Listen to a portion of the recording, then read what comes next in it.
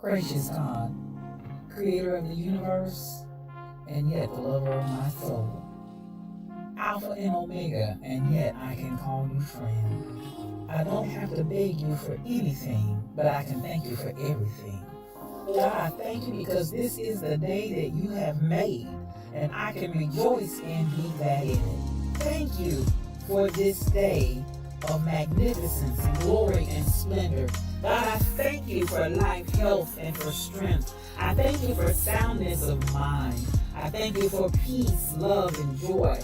I thank you for the essence of you that envelops me right now, from the crown of my head to the soles of my feet. We thank you for this day of manifestation.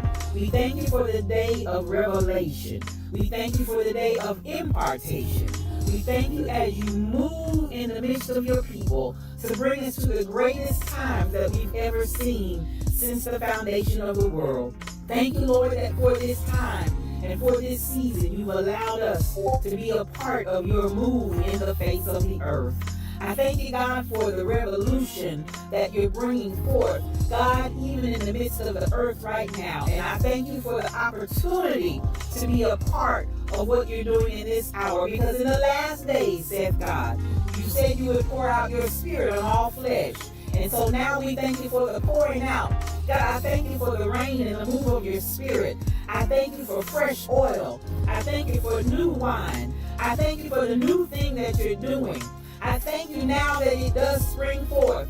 I thank you, Lord, that you've called us to be the head and not the tail. You've called us to be above only and not beneath.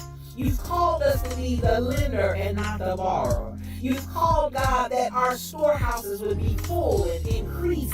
God, I thank you because even I decree and declare that the people under the sound of my voice even now are moving in the might of your strength. Not by might nor by power, but by your spirit. I thank you for those that are the sons and daughters of God that are called because they walk not after the flesh, but after your spirit. I thank you for the rising up of the people of your kingdom. I thank you that your kingdom come. I thank you that your will be done, even now in earth as it is in heaven. I thank you, Lord, because you are moving in the midst of your people mightily as never before. Raise us up, oh God, to the standard of what you've called us to be. God, I thank you for the standard of greatness. I thank you for the standard of holiness. I thank you for the standard of moving as the sons and daughters of yours, and not as vagabonds, not as those that never knew you, not as those that are confused and confounded, but God, those that know who they are in you. I thank you for the knowing. I thank you, God, for knowing you. I thank you for knowing your presence. Thank you for knowing your Holy Ghost power that gives us the ability to be successful. Your anointing that gives us the power to rise up and be called blessed. Thank you for that is in us. Thank you, God, for all things that pertain to life and godliness. Thank you because we are not confused. We are not deceived. And we thank you for that clarity of mind and the clarity of vision that allows us to walk forth as kings and queens, as princes and princesses in the kingdom that walk in the earth. We thank you that we are your beloved, and we rise up as the apple of your eye. We rise up, oh God, as those that you love with all of your heart, and God, we love you back. I thank you for soundness of mind. I thank you for soundness of spirit. I thank you that healing is our bread, healing is our deliverance. By the stripes of Jesus, we're already healed. And we speak forth that healing even now for those that need it. Thank you, God, for every stripe that was taken. Thank you for the bruising. Thank you that he was wounded for our transgressions, bruised for our iniquities. The chastisement of our peace was upon him. God, with those same stripes we declare, we speak healing in Jesus' name. We give you glory. We give you peace. We give you honor. We give you blessing. We give you might. We ascribe all of these things unto you because they are yours. Thank you. The fruit of my lips giving thanks unto your name. Ever giving you all that is yours. Glory, honor, power, dominion, majesty. It's yours. I decree it and I speak it. In the mighty name of Jesus, it is so. Amen and amen.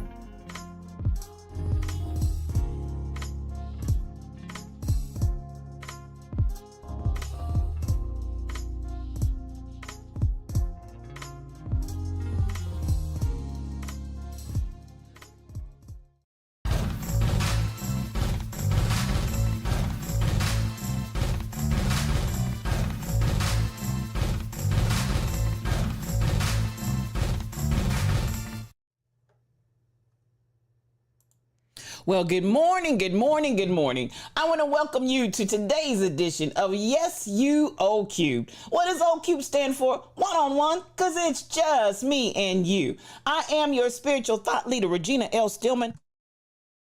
Excuse me, I had a little cough there.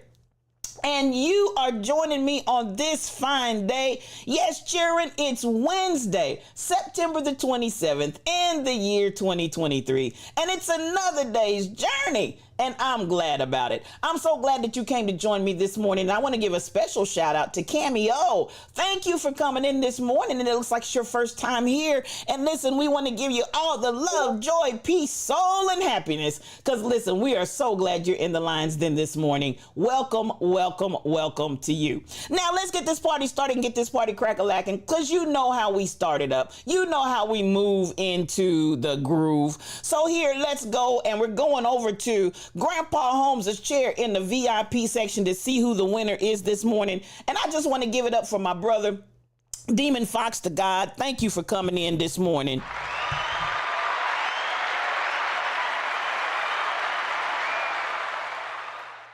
And listen, Demon Fox to God, I want to appreciate you because, listen, you're prophetic. There's nothing wrong with putting yourself first. That's the way you came in this morning. And I tell you, if you're not the fourth or fifth person that came in with that, I just want you to know it is truly prophetic. And thank you for that. To all the people in the chat, there is nothing wrong with putting yourself first. Grand Rising King and Queen, happy Wednesday. You're halfway there. Have a positive and wonderful, stress-free day. That's Demon Fox to God. Come on in here. We appreciate you for that.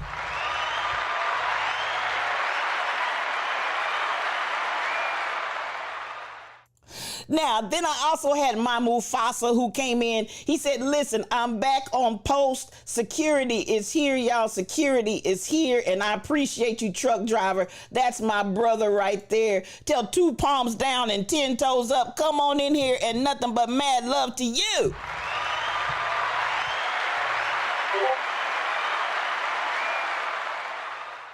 Good morning, Tall Pumps. I got to tell you, you blessed me this morning. You blessed me, you blessed me, you blessed me. And I'm going to share that in just a minute. Yes, that's my brother, truck driver. He came in and he's on security duty this morning and nothing but mad love to you. Now, the third person in the Lions Den this morning, T. Summers, you did that, sis.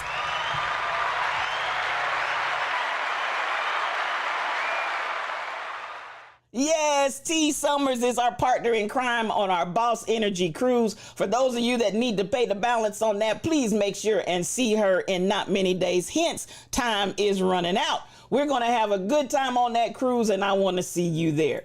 Now, I want to come to the second person that came in the Lions Den this morning.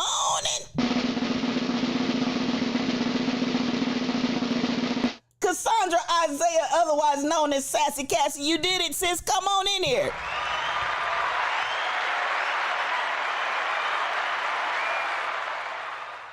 Go sit down on that love seat right next to my girl T. Summers, and you guys have a good chit chat and a good conversation over there on the love seat. Thank you for bringing the love, joy, peace, soul, and happiness into the Lions Den. But the winner of Grandpa Holmes' chair is none other than KK KK79, sis, you are the winner of Grandpa Holmes' chair. Get your lips, hips, and fingertips right on over in that chair. Let me get it up for you. Get it up for you. KK79. That's my girl right there. That's my beautiful soul.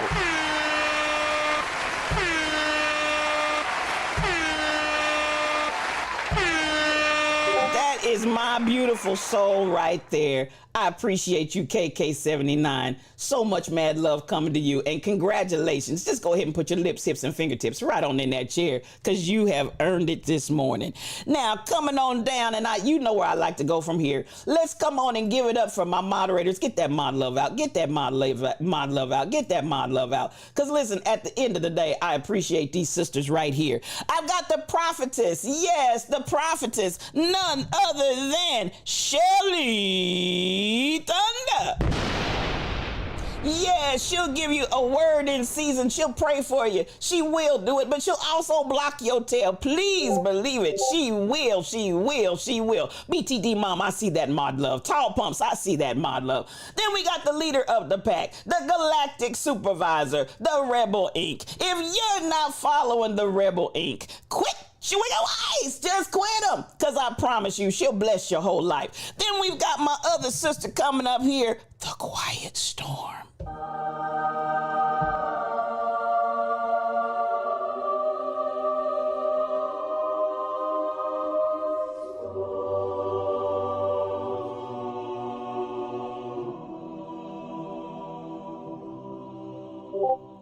I call her my angel, because she'll change the atmosphere just by being in it. These three I call the Blessed Trinity, and come on, I see that mod love Tall Pumps. I see that mod love MCP812. These are my Blessed Trinity right here, giving it up for them. Now listen, as my mother said, when you come in the room, speak to somebody. So I want to come around and speak to my folks. Again, this morning, I want to give it up for Cammy. Oh, good morning to you. And you are a first-time chatter in the Lion's Den. So much love. I want everybody here. Cassandra Roke, I see that mod love. I see that mod love. I want everybody here to just welcome Cammy O into the Lion's Den. So much mad love to you, and thank you for coming. I see you got your coffee cup already, and the sunshine is coming in. So much mad love to you, and thank you for joining us today. Joanna G, my beautiful blessed sister this morning, happy Wednesday to you, and nothing but mad love to you, my beautiful sister. I love me some you. Anita Harvey, and otherwise known as BTD Mom, my biggest big beautiful sister. She's here cheering. She's here. Nothing but mad love to you, and good morning to you. I'm so glad that you are here. Coming on down, and I got Demon Fox to God. Come on in here, my brother. You know I love you, and thank you for always coming through and giving us so much energy, love, and light. Thank you just for being here. And then I got Tall Pumps, who's pumping tall, and I'm so glad you're here this morning. And before you have to get up out of here, let me go here, sis, because you know I love me some you, and I just want you to know, baby, you sent me something this morning, and it blessed my whole entire life. I appreciate you. I absolutely positively do. And it's a poll call. Yay! It's a poll call. That's for you, Tall Pumps. That's for you. You know what to do. You know what to do.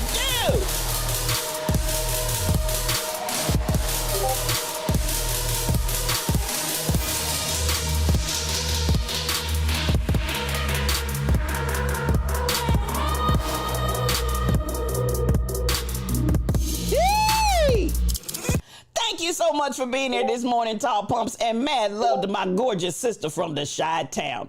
Coming on down in MCP 812, that's my sister, cousin, pastor friend. Come on in here, and good mad love to you on this morning. I love me some you. Cassandra Woke 2022, I see you there. Come on in here, and nothing but mad love to you. That's my sister in Oklahoma, where the wind comes sweeping down the main. And then, my God, today, who is it but Shelly Thunder? That's the prophetess right there. I appreciate you so very much. I thank you for coming in the Lions Den and taking care of the family on this morning. I appreciate you.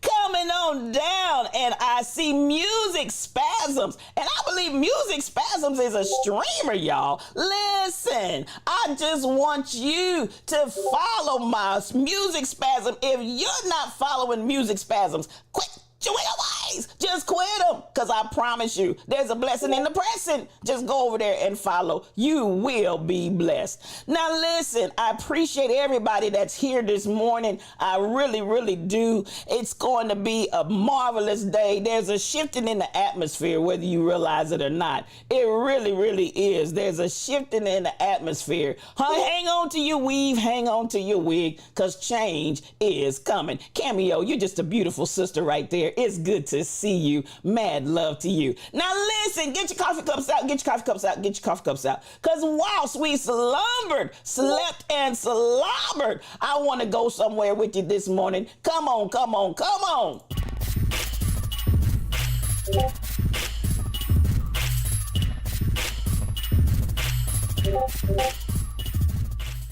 I see your coffee cup, MCP 812, Joanna G, Tall Pumps. I see your coffee cups.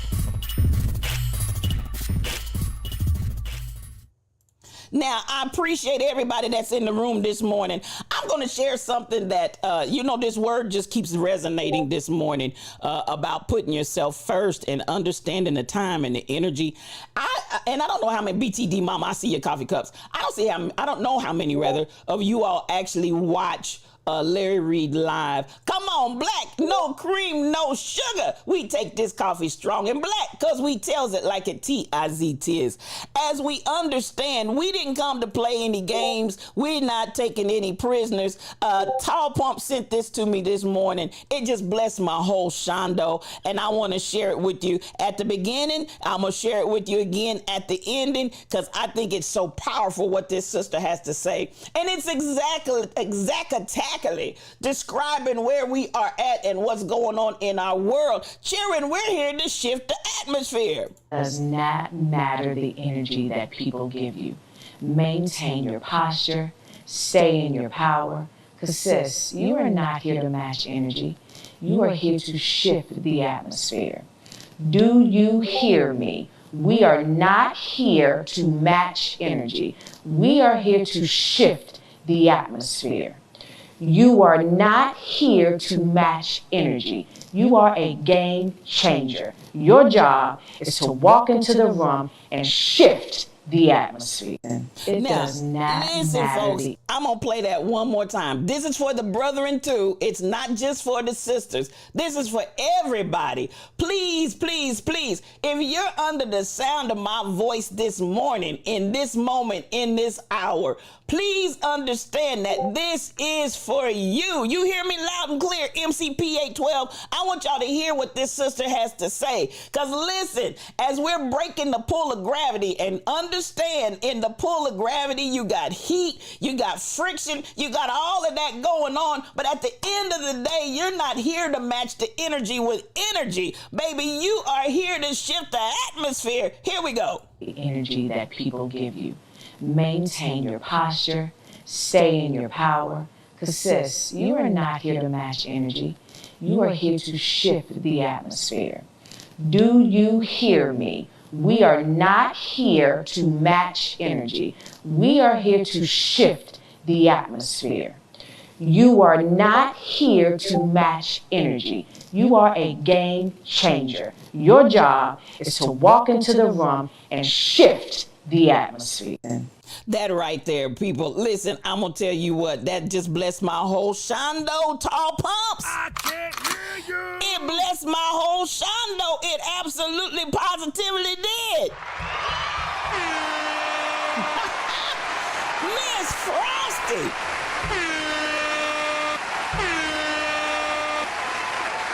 Good morning, Miss Frosty. Come on in here. Thank you for that resub, because we're building something 18 months in a row, and I want you to know that I appreciate you.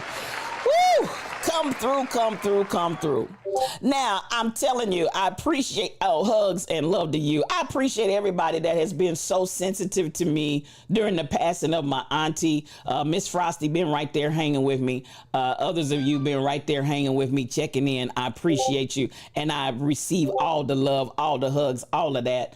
And, you know, I put up a meme on yesterday. When was the last time somebody reached out to you with support and you received it? So this has been a time that I have gladly received all of your support. And I just want to say thank you. My sister BTD mom, Anita Harvey, my sister Sheila Stillman, we definitely appreciate all the love that has been floating around us in the transition of my auntie. And I'm telling you, there's a transition that's going on in the earth realm. And I want everybody to be able to understand the shift. Michelle Brownell, it's my angel, y'all. She's here. Come through, come through.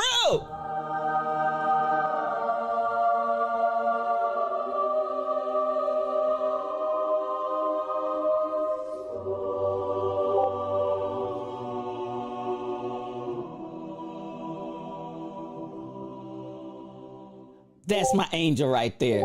And the quiet storm. I'm so glad you're here this morning, and blessings and love to you. Now, listen, I'm going to share some videos this morning. We're going to chit chat and get up out of here. There's a lot going on in the atmosphere, for real. But we're here, and we just going to keep on flowing. We're going to keep on going. And there's a blessing in the present. I do believe that.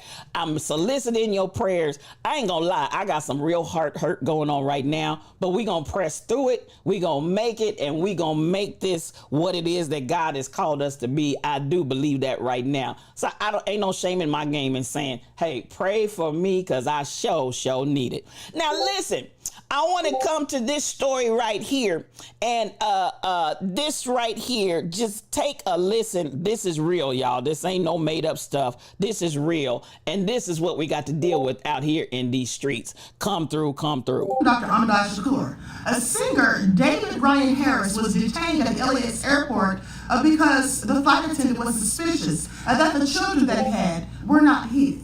Let's get into it. And so Harris and his sons took a flight from Atlanta to Los Angeles, where they were detained at LAX because the flight attendant noticed that one of his sons has a much lighter hue than he does. And so I guess that's what made her suspicious. Clearly profiling. Okay, but let me continue. So then she took it upon herself to interview the children, asking them questions. But when they didn't engage, she alerted the authorities. So Harris says that 4 police officers and a member of the AA ground staff approached him to probe into whether or not the children were being trafficked. Please pay attention. Last Friday, my kids and I were flying from Atlanta to Los Angeles on an American Airlines flight. Upon our arrival in Los Angeles, we were met at the top of the jetway by an AA employee and 4 police officers. Apparently, a flight attendant had called ahead with some sort of concern that perhaps my mixed children weren't my children because they were unresponsive during an interaction with her. She asked them both their names, and one of them is just pretty shy. Like I always have to tell him, hey buddy, tell the guy your name, shake the guy's hand, look him in the eye, whatever. But that's not his vibe. And quite frankly, he doesn't owe that to anyone. So we're met, embarrassingly so, by this AA employee and police officers. And question my kids, are my kids okay? And okay, now it is 2023. I'm sure that people should have common sense to know that there are a myriad of interracial couples and biracial and mixed children. Okay, so make that make sense. And the funny thing is, you never see any of these reports where it's the opposite. You know, where there's someone who's not of my skin tone being stopped and harassed and profiled and asked whether or not they're in fact trafficking children when they don't look like me, but they're in the company or have in their company children who look like me. That's what you don't see reports on. And so please pay attention. I just thought I'd point that out. But you see, this happens all the time. You see, there's always some Karen who's not minding her business. Instead, she's rather minding the business of people who look like me, because that's what Karens tend to do. And they make these allegations and accusations, not even having any foundation or basis for the frivolous claims, okay? But they inconvenience and humiliate these people all for no reason. And now he says that South American Airlines has not even reached out to apologize to him. He tried to file a complaint, but they said he couldn't do it over the phone. He has to fill out paperwork and all of this. And at the time of the recording of his video, well, it had already been 8 days that had lapsed and not a word from them. And so clearly they give 0 Fs. Please pay attention. Now you may recall that in 2018, something very similar happened. In this case, the man was the babysitter of 2 children. And so Karen took it upon herself to follow him and demand that he let her speak with one of those children. And then when he wouldn't, she called the police. Please pay attention. County Police answering a call in the Atlanta suburbs, and the officer asked the 2 children he was babysitting to step out of the car. We ate at Subway, at Walmart, went and got some gas. She pulled up talking about something, are the kids okay? Why wouldn't it be okay? Someone had called 911 reporting a suspicious black man with the children. He's a black gentleman with these 2 little white kids, and I just had a funny feeling. This morning we're hearing that call to 911 from the unidentified woman who spotted them at a Walmart. I rode around again and I said, let me see the little girl. He goes, no. And I said, well, let me just see the little girl and just see if she knows you. What she didn't know is that Lewis runs a youth mentorship program. And so as you can see, Karen clearly thought that he had to explain himself to her, that he owed her an explanation and that he should verify with her. And so that she can determine whether or not, in fact, it was okay for him to have those children. This is absolutely nefarious. But this is what parents do. With that all being said, TikTok this is for entertainment purposes only. Now, the thing that is absolutely astonishing about this, Tall Pumps, I see you, sue them for harassment and racism. And American Airlines, as of the time, because it had been 8 days before all of this came really to light as it has now, American Airlines has yet to apologize to this man for the error of their ways in trying to make him verify that those are his children. Not your average guy. Good morning to you. Come on in. K2 Hoop, good morning to you, sis. Nothing but mad love to you. Something similar happened to your sister because she is dark and my niece is very light with blonde hair. And a woman wanted to know whose child she was. And when I walked up to see what was going on, then she assumed that the tiara was yours and left. Now, this is a conversation, Michelle, that I really want to have because the number of black missing and exploited children right now is off the chains. The number is ridiculously high. And at the end of the day, it's amazing to me how when we are in a situation where it looks like that child may be white or it looks like that child may be lighter complected, as she brought out, we'll have often a stopping of the individuals who many times may be parents or otherwise, family members extended. And Kansas is one of the highest trafficking areas, Michelle Browno. And we still, now y'all remember when my sister, my lighter complected, non-melanated sister went missing with her boyfriend and they had a nationwide search. She was on all the channels. She was on every station. She was in all the newspapers.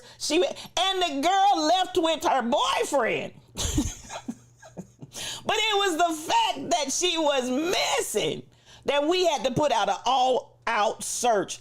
Black women and black girls go missing every day. And what do we hear?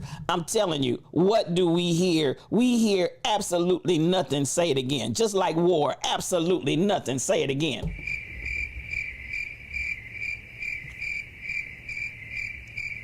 It's off the chain and they don't make front page news or get an Amber Alert. You always get crickets. Now, at the end of the day, this is something that once more and again, our society does not want to address it as a reality, but it's real. And this is really what happens. And at the end of the day, this brother said he would have been happy in another interview. He would have been happy if they would have at least just given him an apology. An apology. But the idea that if there's a black person that has either lighter melanated, biracial or children that look like they may come from another culture immediately. And this is the thing about Karen. What makes you feel that you're entitled to do all of the questioning and it has to pass your approval for you to move around? What makes you feel that you have that entitlement? Oak Park Mall is a pickup area and the authorities know it. I found out when someone tried to take your daughter, Jayla. Oh my and God. And thank the Lord, God didn't let it be. He blocked it, Michelle. An apology is not too much to ask for, not your average guy. And a change of behavior would be even better. How about that? A change of because you are not deputized to go around and decide who, what, where, when, and how what something meets your approval. If it doesn't meet your approval, you're dialing 911. As the woman tried to make the little boy tell her what was his name, as the father said, he doesn't have to tell you what his name is. You don't have the authority to roll up on him like you're the child patrol. Now, how many white folks taking little black kids are you rolling up on? That's the $64,000 question. How many times when you see a white person with black children, do you roll up on them and inquire and ask and make sure that they're not trafficking some little black children, since we seem to have the statistics of the ones that are getting snatched and grabbed? Asking for a friend. Tell me, Karen, tell me, how many white folks with black children do you actually stop and ask them, what are you doing with this child? Now, I can almost guarantee you without a shadow of a doubt, if we get right down to it and tell the truth and shame the devil,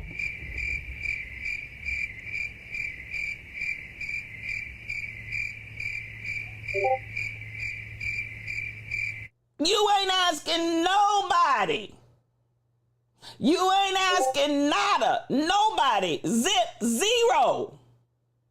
And this is a way that our country does not want to address. Your daughter is mixed, and when she was born, the doctor was trying to tell me that she wasn't your child. You know what, K2 Hoop? K2 Hoop. How is the doctor going to try to tell you that's not your child when it came out of your body?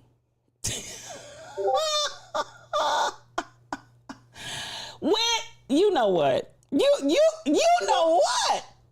I'm just done. Where is the concern for our black children? And that's the $64,000 question, Cassandra Woke.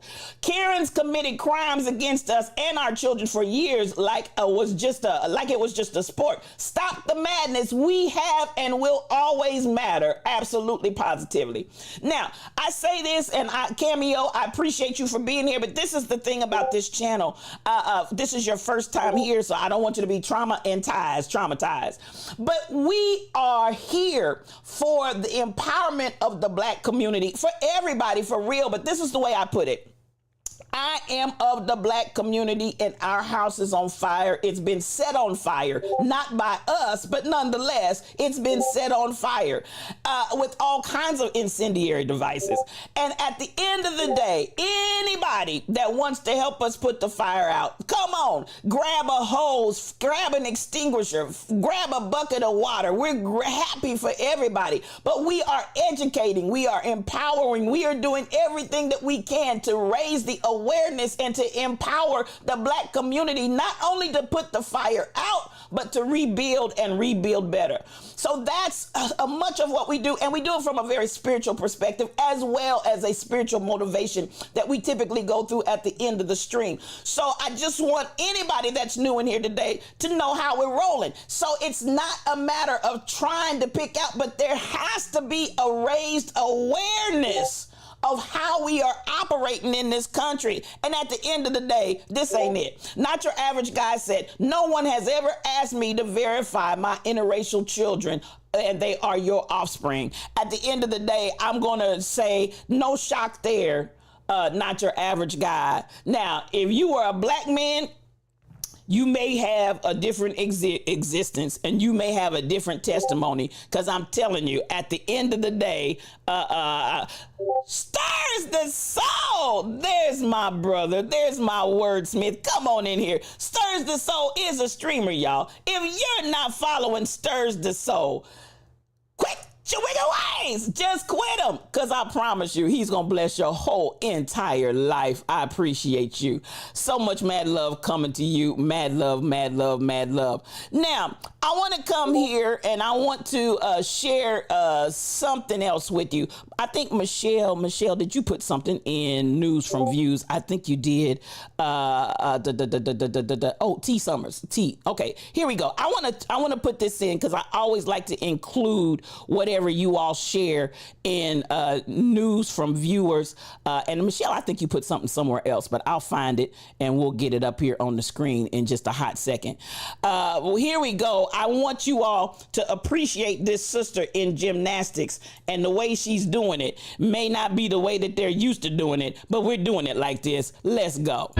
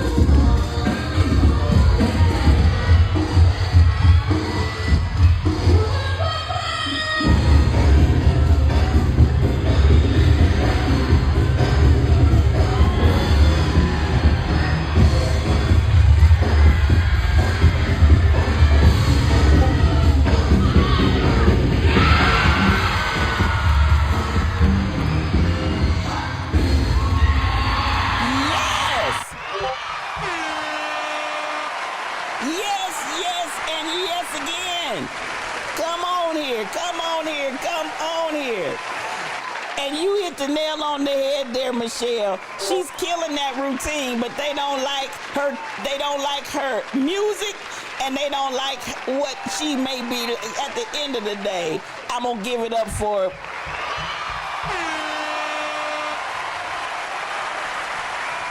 imagine that, Michelle. Imagine that. I love what these young folks are boldly coming out and doing. Stirs the Soul and Not Your Average Guy. I see y'all back there. And yes, I caught the hose. Now, listen, I love it. And I love giving it up for these young people who are changing it. They're mixing it up. They're saying, listen, we're coming the way that we come, unapologetically. And once more and again, I'm giving it up for that. The technique was on point, but so was the music and everything else.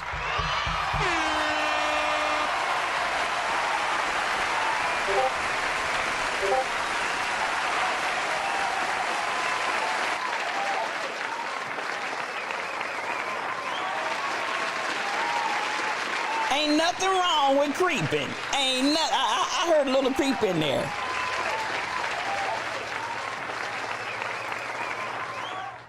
Michelle, I found you. Here we go. Let me just say, once more and again, we're coming for all the sports, Stirs the Soul. We're coming for all the sports, and we are excelling as we always have. The thing of it is to say, let's do it our way, because we ain't playing.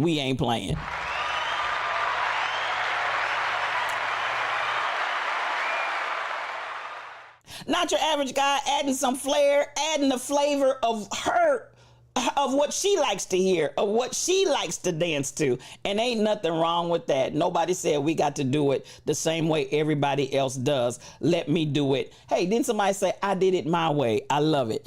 Now this right here, Michelle Brownell, here it is.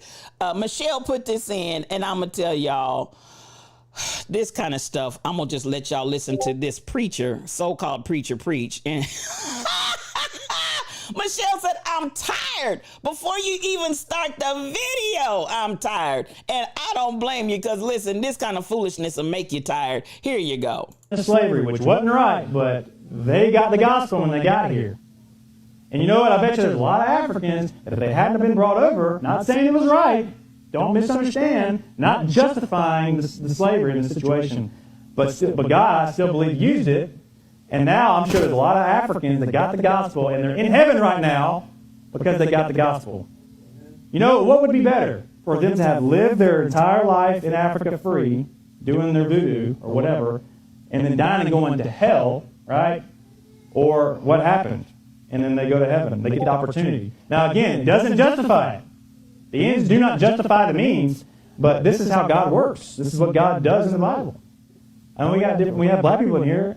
I don't think any of you guys were ever slaves. I was never a slave. It's like, white privilege. You were never a slave. You were never living during the time, unless you're very old, like 60 or 70 maybe, or 80 years old, you're never even living during a time where segregation was a thing in this country. I mean, what are you crying about? Nothing even happened to you. You're just making up stuff. You can't look at the facts that I was reading and just attribute that to some kind of white privilege. It's not real. Get over it. Quit having all the excuses. Why don't you take some responsibility for your choices, be content with whatever situation you were born into, and make the most of it. God's not limited to your situation. He can do above, what we ask or think. We're brought over into slavery, which wasn't right, but... Now, I'm going to play this one more time. Just listen. The Rebel Inc. Good morning to you, Rebel. Good morning. The Rebel Inc. is a streamer, y'all. And if you're not following the Rebel Inc., quit your ways. Just quit them. Because listen, she's going to bless your whole life. Now, listen, I want y'all to listen to this one more and again. Because this foolishness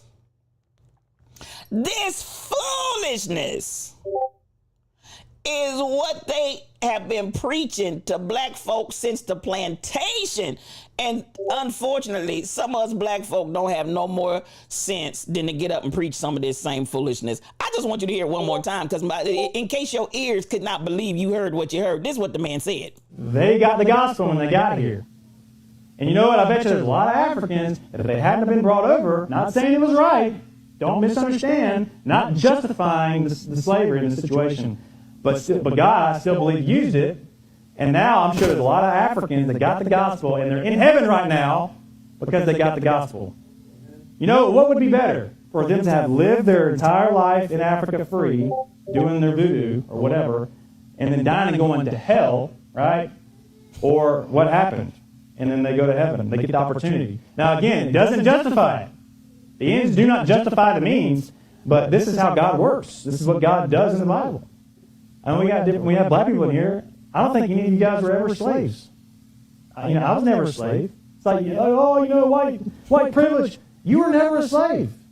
You were never living during a time, unless you're very old, like 60 or 70 maybe, or 80 years old, you're never even living during a time where segregation was a thing in this country. I mean, what are you crying about? Nothing even happened to you. You're just making up stuff. You can't look at the facts that I was reading and just attribute that to some kind of white privilege. It's not real. Get over it. Quit having all the excuses. Why don't you take some responsibility for your choices, be content with whatever situation you were born into, and make the most of it. God's not limited to your situation. He can do above, what we ask or think. We're brought over in a... Now, listen. My God, today. Let me come back, and Rebel came out alert to say, wait a minute. I need your soundbite, Rebel. Wait a minute. Yes, tall pumps. Folks be tripping. They be tripping. And at the end of the day, Michelle, I'm telling you, it's just absolutely unbelievable. So Tim didn't tiptoe through the tulips. She's in here to show him how to do the, okay, I got you, Cassandra. That came through a little bit late. Now, listen, a little bit slow and late comes up slate. At the end of the day, I'm going to give it to you. Could it be?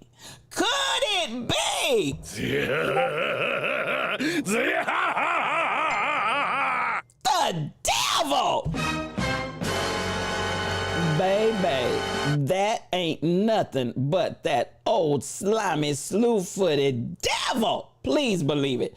This sermon right here was a whole throwaway. Now, at the end of the day, you'd be surprised how many people been brainwashed and will eat that stuff up hook, line, and sinker. Z-Lady C, good morning to you, sis. You had to come out alert because you need some eggs to throw at this man.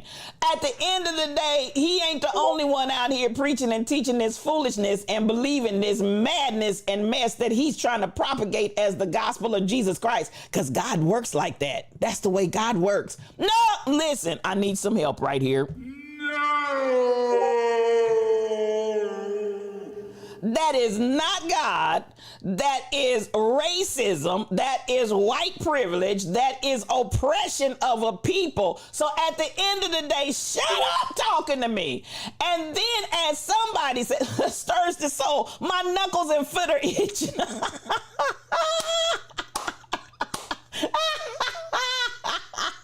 My knuckles and foot are itching. They're about to place a collect call to his left cheek, chin, and eye. He's a fool, a whole fool.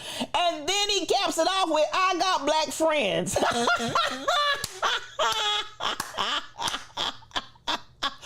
Woo! Come on, we want him to have all the seats. We want him to have all the seats. Now, this right here, Chirin, I mean, you can't make this stuff up. You cannot make this stuff up for real, for real. You just can't make it up.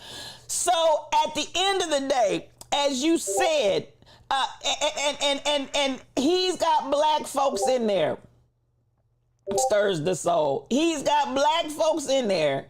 Wow. He's talking this foolishness. Now, can I stop and digress here for a second? Because I'm going to say it, and y'all ain't got to like me, but I'm going to say it. At the end of the day, while we want to talk about these services where blacks are sitting in white ministries, which let me tell you what, so don't get me wrong, I believe that ministry does not come to a full place of ministry until everybody. CJ Manning 7 is here, y'all. And CJ Manning 7 is a streamer. If you're not following CJ Manning 7, quit chewing your eyes. Just quit him. Because I promise you, he's going to bless your whole entire life. I promise you he will. Now, because you know, this is about awareness. This is about awareness. And I want to come to a point where we can really deal with issues of awareness. And I'm going to say this because I'm an advocate for a totally diverse congregation. I really am. I'm an advocate for a totally diverse congregation. But this is what I want to challenge you. It's JRDW. Come through. So much love to you. Come through, come through, and blessings to you. This is where I want to challenge people of color and black folks. Why do we attend, support, and put our money in churches where there's no black representation in the leadership? And I'm not talking about the praise and worship leader. I'm not talking about the singers, because at the end of the day, y'all do understand that's almost a level of entertainment, right? I'm talking about senior level management in those congregations. Why do we go and support and put our money in churches that feel like they are okay to take our money, they're okay to use our time and our talents, but we're not okay to be in senior management? Why do we attend those churches? Explain it to me, Lucy. Explain it to me. Because at the end of the day, you're not going to tell me that all of these black people in here supporting this ministry and not one individual. I said what I said, now add to it before I take it back. Because I've seen this, Michelle, over and over and over stirs the soul. We'll go pack those churches out. We'll throw our pocketbooks and our wallets up on the table and not other than standing there to sing or to be ushers on the floor or some kind of labor. They're not doing nothing with you but taking your money. Treating us like minstrels stirs the soul. And I just look and I scratch my head. And it's not because I don't believe that the congregation needs to be diverse. I cannot believe that you're supporting somewhere where you have no representation in the administration. So at the end of the day, I look at that and we see it. Listen, from Africa, from Africa. I call angels from Africa. This woman has shown herself in her Trump supporting ways, and I'm not saying it just because she's a Trump supporter, but I'm talking about her behavior has said everything that says I do not support, love, or care for black people. And y'all still got this woman. She's still there, y'all. She's still there carrying on foolishness. And when I looked at that congregation, because number one, she was placed at a black church. That was a black church when she got it. Lord, help my blood pressure come down. Just help my blood pressure come down. It was a black church when she got it. And I'm looking at us and I'm saying, what are we doing? We have one here that's exploding, Michelle Brownell, but the only black folks are in the music department. Not an usher, not a deacon, not a preacher, nothing. I said it and everyone acted like you were crazy. Needless to say, I wasn't invited back. Michelle, and I know the church that you're talking about. And I have, because the music ministry, they are friends of mine. And I do, on occasion, watch them. And at the end of the day, they have appropriated everything black they can into that service to make it lively and to make it attractive for people to come and to join. But ain't no administration in that church black. And it just burns. I'm telling you, it grates me. It burns my nerves. It does. And at the end of the day, I'm just like, how can you support what's putting you down stirs the soul? Now, you heard that man. It's black people in here. And then he goes on to say, but you weren't in slavery. I wasn't in slavery. We were. You say what now? You say what now?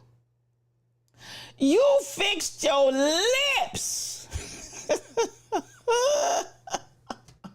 And then wanted to make it, because the God I serve, the God you serve, is able to do exceedingly abundantly all you can ask or think. Stop oppressing me. What are you doing? Stop oppressing me. You don't have to call angels from Africa. You don't have to stand here and tell me that God will do exceedingly abundantly above all that I will. Stop the oppression. Ooh. Foolishness. Listen, Michelle, you know when I saw that, my blood pressure went up 500 degrees. Somebody should have slapped the taste out of his mouth. Listen, I don't know if he had any taste in there. At the end of the day, I am not buying nothing that he's saying. Mr. Wiseman 21, good morning to you and welcome to the Lion's Den. Nothing but mad love to you. So at the end of the day, you all, we see this kind of behavior. We see this kind of teaching. And God forbid, because I'm going to tell what God loves. We got some black preachers preaching some of this same mess from the pulpit, more or less. And I'm like, I'm not buying what you're selling. I'm not. You can preach till the cows come home. You can tune it up. You can squall. You can hold your ear. You can holler. But slavery is slavery, and I'm not going to take it. I don't care how you package it up. I'm not going to take it. So there you have that. I don't even know what to call that, Michelle. Thank you for putting that in there. But that's real talk. And there are people that really believe that foolishness. That's all I can say. I wonder, can they find pastors for for spewing foolishness? Listen, ignorance. Tall pumps is ignorance, unfortunately. And I will say, even for many that don't mean to teach in ignorance, they're still teaching in ignorance because they've not done their homework. And they're spewing and repeating and regurgitating what they've heard, what they've been told. And at the end of the day, it's all for the purpose of manipulation and control. And that's unfortunate, because there are some people that I believe are genuinely in their heart wanting to preach and teach the right thing. But at the end of the day, if it oppresses anybody, if there's oppression in it, you will know the truth, and the truth will make you free. If there's oppression and bondage in it, I don't care how you package it up, even about your money. If there's oppression and bondage in it, can I tell you, it's not God. I said what I said, and I'll add to it if I take it back. If there's oppression or bondage in it for anybody in any way, shape, or form, it's not God. And you can preach it till the cows come home. I'm not buying what you're selling. Stirs the soul. I really wish I could call forth just one of my ancestors.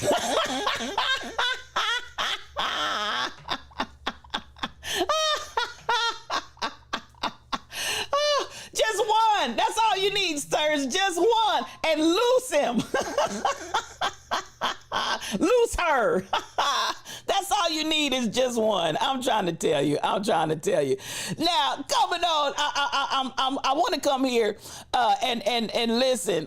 This is going to be an educational moment right here. And again, the whole point here many times is to educate. This is going to have some graphic imagery. So if you are easily triggered, I'm going to encourage you to look away until this is over. But at the end of the day, let's go back and look at the Wilmington, North Carolina massacre that happened in 1898. Here we go. But one southern city, nestled comfortably along the Cape Fear River of North Carolina, seems to have escaped the worst excesses of the Jim Crow years.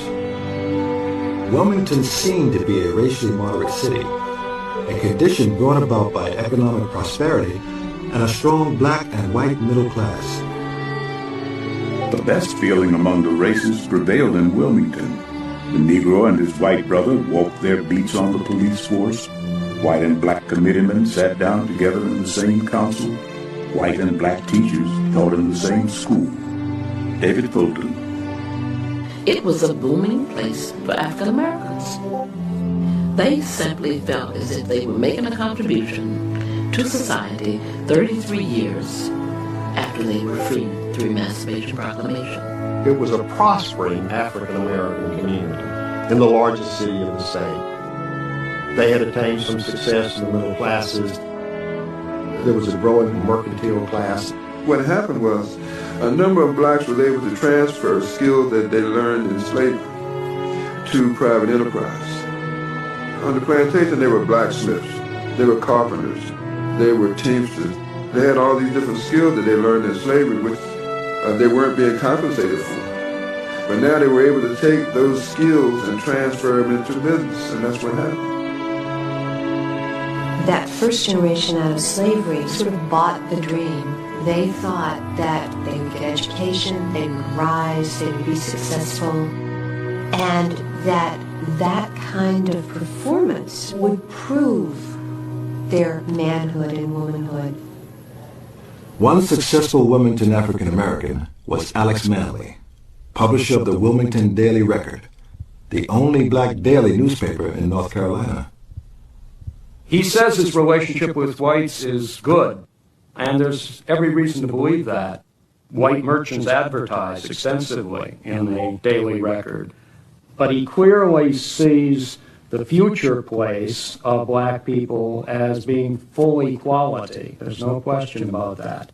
And he's constantly encouraging them to become equals economically, politically, socially, culturally. There were many whites who were poverty-stricken, but there were many blacks who had very good-paying jobs.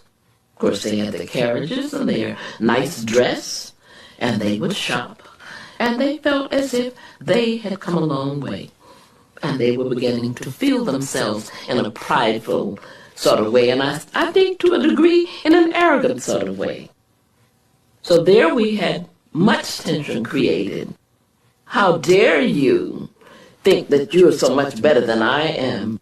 It's partly economic competition, but it's also a grave concern that black people are beginning to feel the equals to white people. White people became quite alarmed because if they were going to subjugate black people, they had to prove that no black person was capable of the things that these people were doing. Blacks had attained a good deal of power in Wilmington in 1898. They were the majority of the population and of the voting population. Many of the blacks at that time held elected positions and very prominent municipal positions. They were appointed by the Republicans. Most of the Republicans at that time were black. Justices of the peace, aldermen, magistrates, firemen, public health workers, even though these might not appear to be very high prestige positions, at least they were examples to the black community and particularly to the youth of what black people could be. Whites were fearful that the African Americans would begin to control the city of Wilmington since they were in the majority. We have to look at two very basic issues. You have to look at politics and you have to look at economics. And whoever controls those two are in power. And it was all about power, about political power and economic power. In the statewide and local elections of 1898, the Democratic Party, the party of white supremacy, was determined to end black political power in North Carolina. It will be the meanest, vilest, dirtiest campaign since 1876. The slogan of the Democratic Party, from the mountains to the sea, will be but one word: nigger. Daniel Shank, Democrat. They argue that only the Democrats can save North Carolina from what they call Negro rule. Furnifold Simmons, who would go on to be a United States Senator, Charles Aycock, who would go on to be governor of North Carolina, and Josephus Daniels, who was editor of the Raleigh News and Observer. The three of them got together in a hotel and hatched a campaign that would talk about white women being endangered by black men holding office. The white press portrayed blacks as monsters, representing them as an incubus, a mythical figure that raped women while they slept. White women appeared in parades, on floats, in white dresses, holding up signs saying, "Protect us." Deliberately fueling racial fires, a white newspaper published an inflammatory speech given by a leading Georgia feminist, Rebecca Felton. If it requires lynching to protect woman's dearest possession from ravening, drunken human beasts, then I say lynch 1,000 Negroes a week, if it is necessary. But one southern city, nestled comfortably along the Cape Fear River of North Carolina. Now, I don't know how many, and I'm very familiar with this story because, again, the idea that the black community was thriving in such a phenomenal way. Let me say good morning to some of you that came in while that was playing. I want to say good morning, Keith. So much mad love to you. And yes, where Michael Jordan grew up, come through with that. Honey 41, nothing but mad love to you. Come through.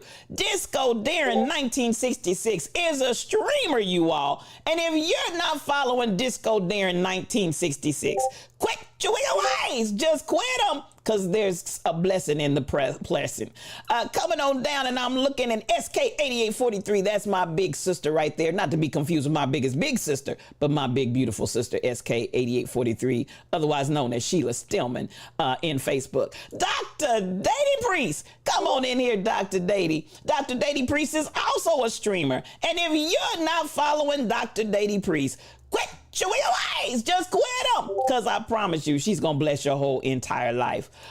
Yes, this is why we still don't have an anti-lynching bill, because at the end of the day, this idea, the mythical character that you saw them producing in the press. Now, this has been a marriage, the media and misinformation to scare the masses. This has been a weaponized tool that has been utilized by the racist system almost from jump. Because again, what you had this picture of this mythical black man that was over these ladies' beds trying to rape them.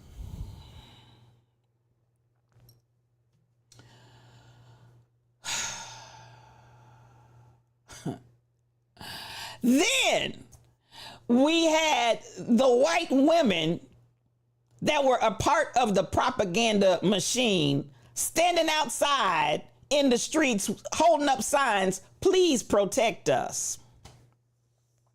Now, we talked a little bit on yesterday about white fragility.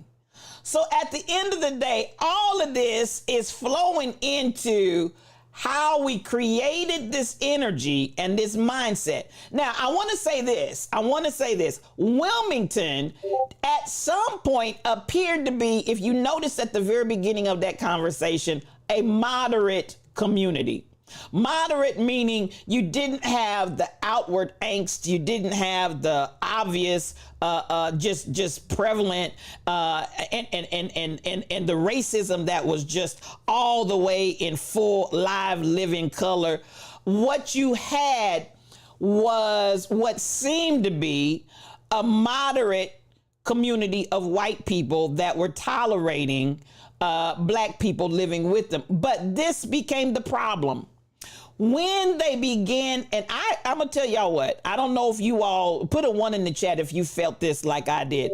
The black female that came on Virtual Mix, good morning to you. Welcome to the Lion's Den. The black woman that started saying, and they were arrogant and they were prideful. And they, listen, I need her to sit down. I don't know about you. I need her to have all the seats. Because at the end of the day, I feel like this is something that happens with us in the black community where we'll have our own folk. I said what I said. We'll have our own black folk out here talking points that the racist white folks are saying. At the end of the day, I don't hear you saying that the wealthy white people are acting arrogant. I don't hear you saying that the wealthy white people are feeling themselves. I don't hear that same conversation when you're talking about your white counterparts. It's like automatically that's the way they're supposed to be. So there's nothing shocking about them riding in their carriages and showing their wealth, their affluence, and but when you look at the black folks, they got pride and they've become arrogant. It's brainwashing. It's brainwashing, tall pumps. I want us to pay attention to how many times we start to spew and say some of the very same things that our racist counterparts are saying. And understand, when I talk about racism, I'm talking about racist folk, and racist folk come in all colors. But I'm not talking about all white folks. I'm not talking about all anything. I'm talking only about racist people and racism. It irritates me to no end when we start spewing the same racist rhetoric like we don't have any sense to step back. Why wouldn't you have some pride? Why wouldn't you? There's nothing wrong with you having pride. I said it and I'll add to it before I take it back. Black parents always get attention, Michelle Brownell. SK8843. Black parents always get the attention. Dealing with a professor just like that right now, Michelle Brownell. Why would you start giving the same rhetoric that's coming from the... Listen, you're confused. I said what I said and I'll add to it before I take it back. So I listened to her with a grain of salt, y'all, but she really irritated me. I'm not even going to lie. She really irritated me with that whole they were feeling themselves and got arrogant. Okay. Now, notice some of the verbiage, and I'm going to come back and catch it because some of you all picked up the whole idea of monsters, the black folks being monsters and all of this. And yes, thank you for that, Tall Pumps. The idea that we got skills from slavery.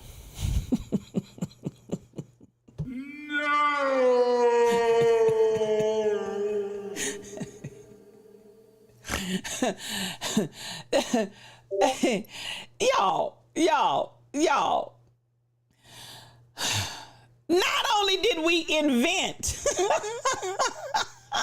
so many of the techniques that were used in slavery, we invented them. We found ways to create work, means to do the work that we had to do, and we invented the means by which to get. And then you want to talk about they gave us skills.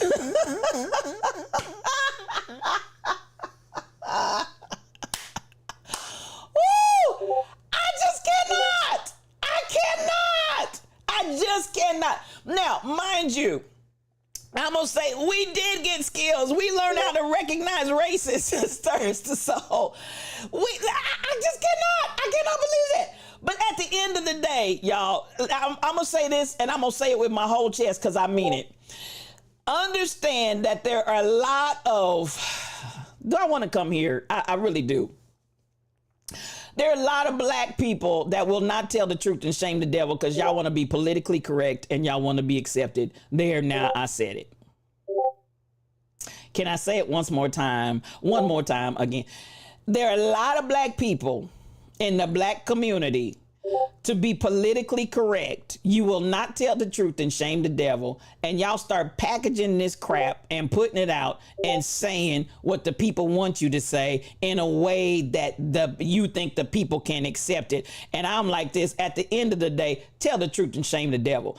All of you that have that energy, you're not helping the cause. You're not helping us to move forward. You're not bringing us to a place of progression. As long as you package it up and say it in a way that's palatable and comfortable. How can you be how can I tell you in a palatable, comfortable kind of way, quit killing us? Do you understand the words that are coming out? Quit killing us. But you don't want me to offend you. You don't want me to make you feel uncomfortable. You don't want...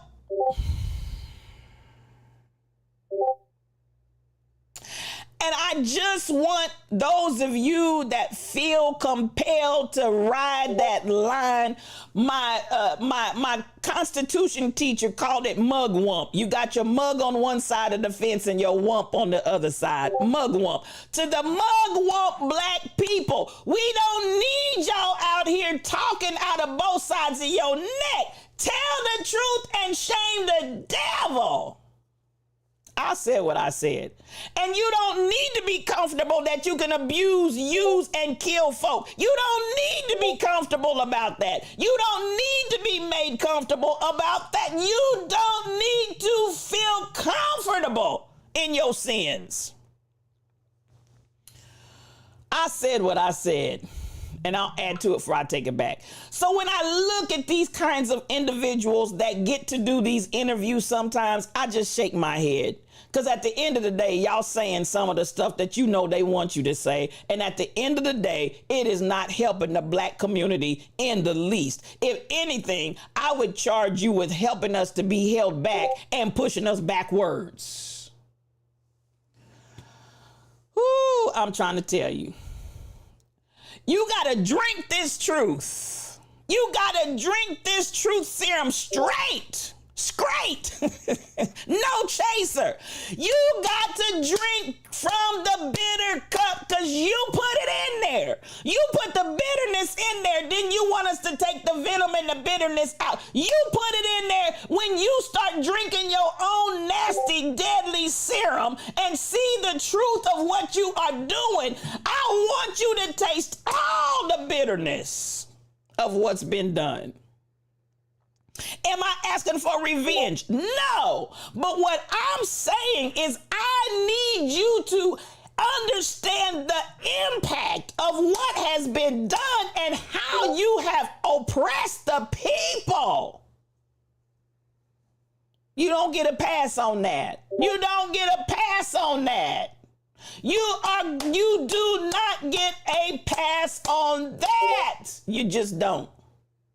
We're not going to make you feel comfortable in your hatred. We're not going to make you feel comfortable in your racism. We're not going to make you feel comfortable in your privilege. And this is why, I'm going to tell you what, this is why streams like Yes You become uncomfortable for people because what? I'm not going to sugarcoat it. No cream, no sugar. We take this coffee strong and black because we tells it like a T-I-Z-Tis.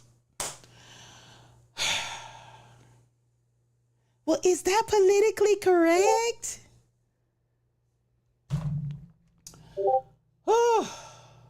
I said what I said, and I'll add to it if I take it back. No cream, no sugar. We take this coffee strong and black because we tells it like it T-I-Z-Tis. Because there's no point in perpetuating the lie. It's a lie it's a lie that y'all want to push out here. And an erasure of our existence as black people and the struggle and the fight and the pain that we've had to endure at the hands of racist white folk and other folk that are racist too. Because now listen, we got enough black folk out here regurgitating this mess. I said what I said, and I'll add to it before I take it back. We got enough black people out here regurgitating this mess like they ain't got a brain in their head.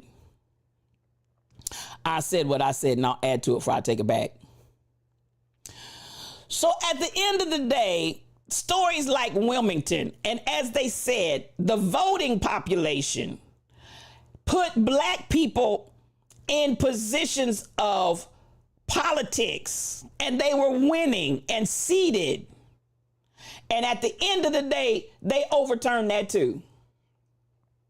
They massacred those people. Do you hear what I'm saying? When you look at the pictures, and some of you all, if you've not known the story of the Wilmington massacre, and that's why I bring in information like this. Barbara Hardy, my Visa Day friend, come in this morning. Nothing but mad love to you. Come through. Come on in here. Now, this is where we have to look at how we address, how we deal with, because you don't get a pass. You don't get a pass. And this is not hatred. Telling the truth is not hatred. Hatred is the behavior that's being exacted against us as black folk. That's the hatred. Me telling you the truth of what's being done to me is not hate speech. So this is where we've got to come to a point where we're ho. Good morning, My Life Journey. My Life Journey is a streamer, y'all. And if you're not following My Life Journey, quit your wicked ways. Just quit them, because you will be blessed. Mad love to you this morning. Now, so at the end of the day, I look and I say, and Disco Darren, there's a way that we can say it. There's a way. Sometimes you and in certain platforms, I get what you're saying. If it's getting shut down because it's being considered, quit them. If it's being considered hate speech on the premise of, but this is where it's gotten crazy. This is where it's gotten crazy, and I'm gonna say it, and I'm gonna say it loudly. When we say the hate speech that when we say the actions that are being done against us as black people, there's a cry, hurry up, and that's hate speech. But actual hate speech can be said all day long on the internet and nobody says anything about it. I said what I said and I'll add to it before I take it back. And that manifests the evidence of white privilege and the racism that exists in this world. We can speak the truth and it's considered hate speech. And depending on how you say it, because some things can be hateful. I'm gonna just say it. Some things can be hateful. But at the end of the day, I'm not trying to hate on anyone, but I am speaking my truth. Understand, there is I'm not trying to hate on anyone, but I am speaking my truth and speaking the truth, the whole truth, and nothing but the truth. So help me God. So this is where a certain African fought for the right to liberate hate speech. And at the end of the day, I said what I said, Tall Pumps, and I'll add to it before I take it back. This is where and listen, I'm going to tell anybody all and nothing statements, they wrong already, because all white folks ain't racist. That's a lie.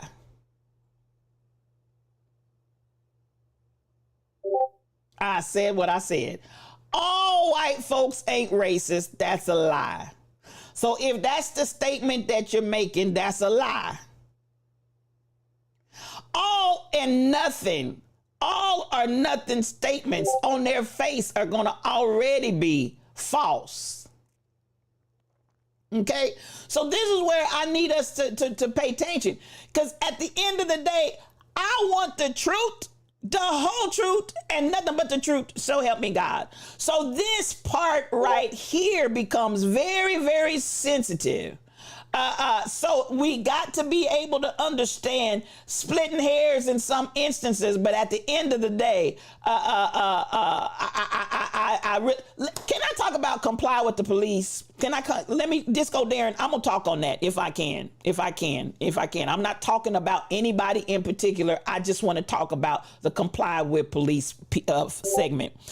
And did I may even, do I have that in here? If I don't, I'll put it in later. But there is a reality that,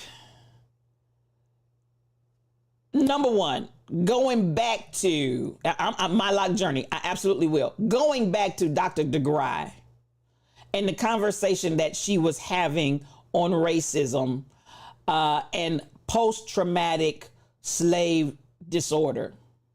Post-traumatic slave disorder. One of the points that she brings out, and I want y'all to hear me, and for those of you out here running around talking about comply, please hear me. And I'm not trying to pick on anybody or anything. I'm just going to talk on this topic. There was a number of lynchings and murders and beating people to death that hit its highest rate during slavery. And do you know the group of people that was doing it? We often see all the white men out there in their hoods, and sometimes not in their hoods, just gathered together. But the most deadly and abusive group that killed black folks were white women, and they killed black children. That's statistically the truth, the whole truth, and nothing but the truth. So help me God. I'm going to say it again so y'all can understand where the spirit of Karen came from. Karen has been here a long time. Karen has done a white female fragility. DJ said, come on in here. DJ said is a streamer, you all. If you're not following DJ said, quit your ways. Just quit him, because I promise he's going to bless your whole life. So much mad love to you, and good morning. Now, let's come back to this point. So now you understand where Karen's came from, and that Karen energy. And that Karen energy has always been on steroids. White women have been at the core of that from day one. Now, if you remember and recall, it was written into the law. This was law. This wasn't just a unspoken. This was law. It was written into the law that if you killed a slave while beating them, you did not have to feel any kind of remorse, any kind of negativity, no kind of energy that made you feel bad about having killed that person. Why? Because they said if you had to beat them, it was because they would not comply. Do you understand the words that are coming out of my mouth? Let's go back and touch on it, and let's just write the vision and make it plain. So for those, Disco Darren, that are still hollering comply, they do not understand that they are in essence an extension of that racist law that said if for any reason you killed that slave, you were exonerated of murder, because at the end of the day, I got you, Michelle, so much love to you. At the end of the day, if the person had complied, they would have not needed to have been beaten to death. And that was the law. They wrote that into the law. Okay? So as you all, if you can wrap your head around that, and that, even if we go back to the first story, when the word was comply, that's what they utilized, was that you must comply to the wishes of any white person. And if you did not comply with that, if they beat you all the way to beating you to death, you were not guilty because they should have complied.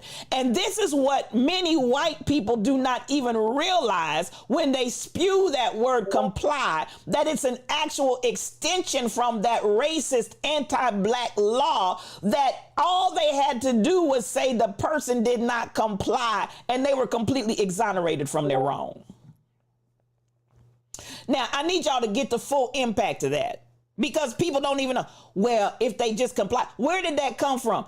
When you got somebody that we've seen on camera time and time again, same candy bar, different rapper, just fill in the new name, and you see the person complying and the po-po kill them anyway. You see them complying and something negative happens to them anyway. And you still hear people from that remnant of the racist mindset still screaming comply. They don't realize that that is directly taken from that racist law that was enacted under slavery to exonerate white people from beating their slaves to death. And again, this was predominantly white women. To exonerate them from beating people to death, the word that always got them off the hook was comply. Now let that sink down in your shondo. Let that get all the way down in your spirit. And let that go to the very core of your being to understand where this comply concept came from. Now, let me say this. Even as we talk about how that came about, and it was predominantly white women that were exonerated because they were the ones that were killing the majority of the black children.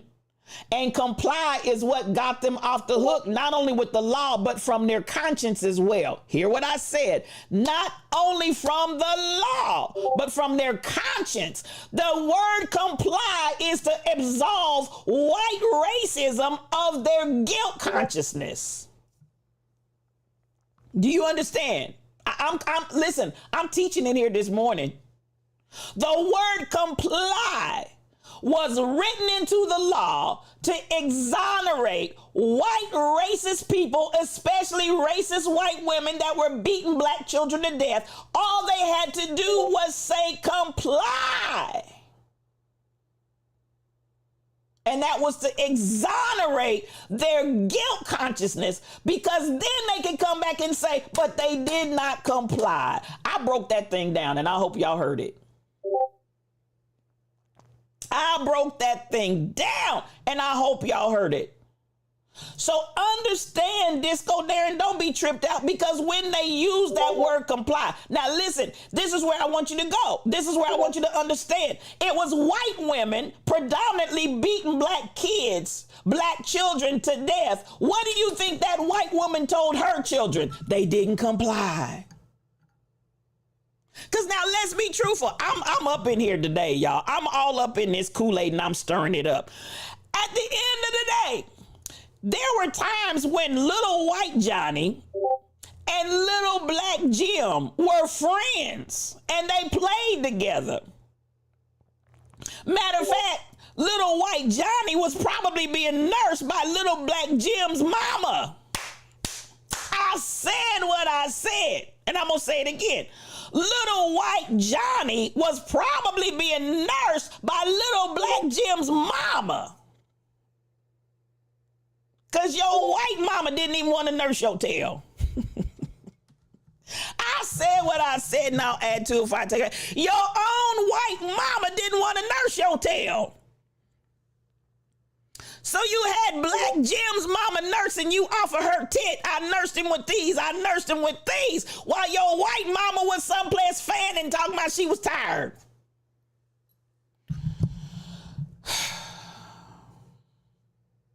Now, since they were almost raised like brothers, and some of them literally was, because little white Johnny's daddy was also little black Johnny's daddy too.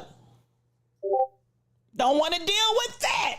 But you've been dipping your toe over here in this sexual chocolate, and the blacker the berry, the sweeter the juice. Now you got her nursing your child by your black maid, and you got her nursing your child by your white wife.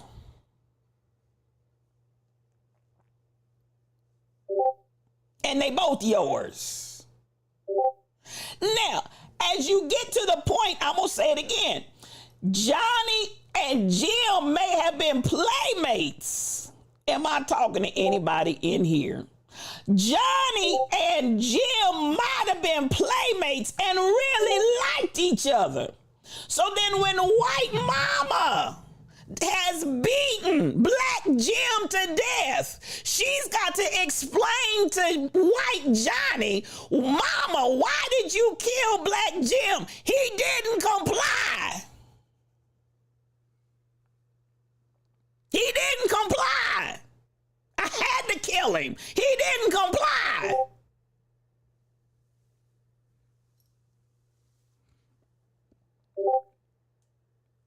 Is that good enough for you? It's straight from the roots of racism.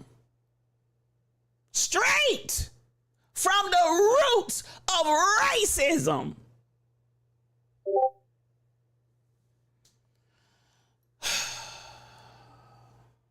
And they're still screaming comply.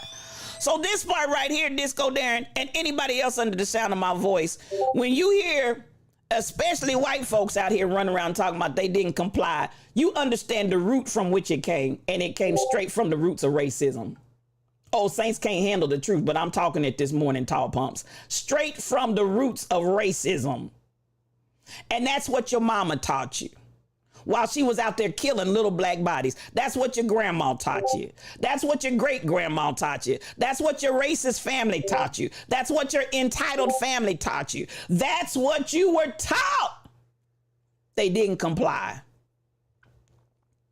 So I hope I broke that thing down for you, Darren. Because at the end of the day, for folks still out here running around talking about they didn't comply, you know exactly what energy that came from. And that, beloved, is the truth, the whole truth, and nothing but the truth. So help me God. So don't trip. Understand, you know, and this is the thing. I'm to the point now. I don't get upset. I'm not going to get out of sorts. I can listen to what people say. I can hear how they say it. And I can tell they still racist. So at the end of the day, the root of what you're saying, I can trace it directly back to the root of racism. I see you. And you can think you're as free and you can think you're as liberated as you want to all day long. You're coming with a racist energy, whether you realize it or not, because you don't even know from whence it came yourself. You don't even know where you got this energy from. Straight from racism, baby. So at the end of the day, I just look and I see you. I tuck it away and I keep on moving. But I already know you got racist energy. You live on one of the most racist cities in California, and it's lit. You see it literally every day, K2 Hoop. I see you talking. But we supposed to hug and comfort you after you find out the truth. You know, let me go back, my life journey, because I think you may not have been here yesterday. And if you were, that's okay. I'm going to go back and I'm going to see if I can run it again. Because Sister Yaya talks about this white fragility and how we got to try to comfort you after you learned your own wicked ways that you were taught by your wicked ancestors. And I said it. Your ancestors were wicked. Your ancestors were hateful. Your ancestors were nasty. Your ancestors were mean and spiteful. I said what I said, and I'll add to it if I take it back. This takes me here, and so I'm just gonna share this. I'm gonna let this sit. As I said when I played it on yesterday, the thing that I loved about these white women, the thing that I loved about these white sisters, the things that I loved about these white allies, and I feel like they are allies. They understood the assignment. When black folks are telling you the black experience, please, please, please don't bump your gums. Listen. And these sisters are going to do just that. But I want to play this for you and anybody else that may not have been here. I'm going to run it again, my life journey. I'm going to run it again. Because when we talk about after we've told you the truth, then you also want us to come back and soothe you and give you a healing salve. Listen, ask your mama and your grandpa. Ask your auntie them and your uncle them. Ask them to do it because they the ones that abused you. Ask them to do it because they the ones that told you wrong. Ask them to do it because they the one that taught you all this dastardly behavior. Don't ask me after you have abused me to them comfort you in your, miss me with that. Moved by white tears. Most of us are moved by white tears because we don't actually think they're real. It's a performance. It's a switch that you turn on because you know that we have been socialized to see you as more human and of more value. So whatever it is you think and whatever it is you feel, we are supposed to respond to it. Y'all don't respond to black women crying the same way. Nobody does. Nobody does. The minute a white woman cries, the world has to stop. Oh my God, what's wrong with you, baby? Black women cry, we could be rolling around on the ground screaming. And you are moved because you've been socialized not to see us as human beings. Fuck. Our tears don't matter to you, but a white woman, and y'all know that shit. That's why I'm not here for the fragility. You know that. And so you very deliberately turn the shit on as a way to avoid accountability. Yep. Purposefully. That's not fragility. That's manipulation. That's strategic. That's diabolical. That's not fragility. And so this notion of white fragility is supposed to tell us what? We're supposed to let you off the hook because you can't handle it? No, you don't want to. And every time we hold your feet to the fire, all of a sudden, Emily, God, I'm so sorry. I didn't know. You didn't have to know. And now that I'm trying to make you know, you want to cry so we can end the conversation. This is how you run away. So how do I hold you accountable if you're all up in your feelings? How come I don't get to be in my feelings? I'm sitting here telling you about generations of your people. Your ancestors killing mine. How come I don't get to turn tears on and move you? Sounds like I should be the one crying, no? Sounds like those tears should be mine. Sounds like the fragility might be mine, but no, I gotta be strong. Look at me. I gotta sit here and this is the thing that really pisses me off. In your tears, you now expect me to hold your hand and rub your back and make you feel better because you're crying. Again, you're centered. Your experiences are more important than mine. That part. That shit is diabolical. I'm not here for it. That part right there. And she I'm said, moved by white she tears. said, and Most she of us said, are she moved by said, white tears shut because this we down, don't actually think they're. Honey, Yaya broke it down, and that is the truth, the whole truth, and nothing but the truth. So help me God. And we always have to be strong, my lock journey. And at the end of the day, even as it's proven out in healthcare, even when we're in pain, she said we could be rolling around in the ground on the floor, and baby, ain't nobody gonna pay us no attention. Give Karen one good teardrop down the cheek that they've learned how to manufacture and turn it on and turn it off at will. Honey, all the nations stop moving, and everybody got to come see about Becky and see what's wrong with Karen. And at the end of the day, we're not moved. The black community is not moved by white women tears. And as we look at, come on, SK said, we got murderers, rapists, robbers, and more who were presidents, senators, and mayors. And at the end of the day, just all kinds of dastardly deeds that were done by the people. And you want us, after we call you for and check you for your behavior and the way that you treated us, then you want us to come comfort you after you break down with some Becky and Karen tears. Miss us with that. We done with that. No, we're not.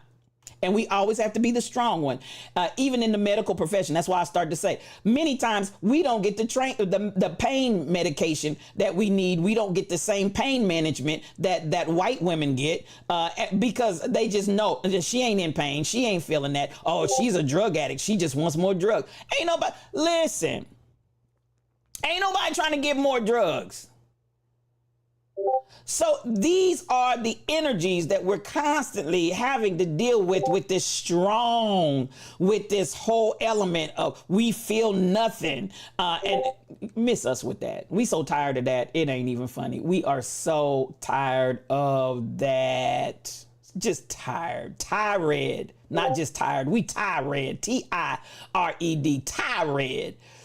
Those sisters' words cut you. You can only imagine how it dissembled their very existence, and they couldn't even shed a tear if they wanted to. And that's the other thing I want us to understand. So many times we as black women, we look at and cannot comprehend how you can be so cold. But you know how they can be so cold? If you can stand there, y'all hear me when I say this, if you can stand there at a lynching and make your little child watch that lynching almost like a rite of passage, and y'all sitting there smiling and grinning and cutting off body parts and burning folks up. This ain't no lie. This is real talk. If you can do all of that with your children and feel nothing, something is severed. Do you understand the words coming out of my mouth? Something is severed. But then at the same time, Tall Pumps, you can conjure up those tears at times that you shouldn't be crying. You can conjure up those tears whenever you want to weaponize those tears and you just got gushers flowing out of your eyes. But when you should be crying and you should be shedding tears, you feel nothing. I'm telling you, it's twisted. Racism is a mental illness. I'm telling you, in my opinion, racism is a mental illness. You are mentally ill. Sickle cell patients and black disease, they beg for pain meds, Michelle, and can't get them. Michelle is listen, she's the body whisperer. She's the healing and health whisperer, and she knows what she's talking about, and she does work in the medical institution. Begging for pain meds, but we can't get it. Do you understand the words coming out of my mouth? Because we don't feel pain and we got to be strong. So at the end of the day, no, but the others don't. I got you, Michelle. Black women birth mortality is still at an all-time high in 2023, Tall Pumps. No lies detected, no lies told. So at the end of the day, the white man tears, I just cannot. Like Lindsey Graham. Okay, let me quit. Because Lindsey, oh my and God. Lindsey is more than I can bear. The lynching on the postcards will never be erased from your, and Tall Pumps, no lies detected there either, because anytime you're sending that through the mail, like you've got some sort of a badge that you're sending to people. No, ma'am, no, sir. But that's the way it is. That's a special kind of demon, My Lock Journey. That's a special kind of demon that can't be human, that can watch something like that. And then My Lock Journey, bring your kids. Bringing your children. I start to say cheering, but bringing your children. Bringing your children to sit and watch over a picnic basket, and y'all sitting and laughing and grinning and eating while you, That's a special kind of illness.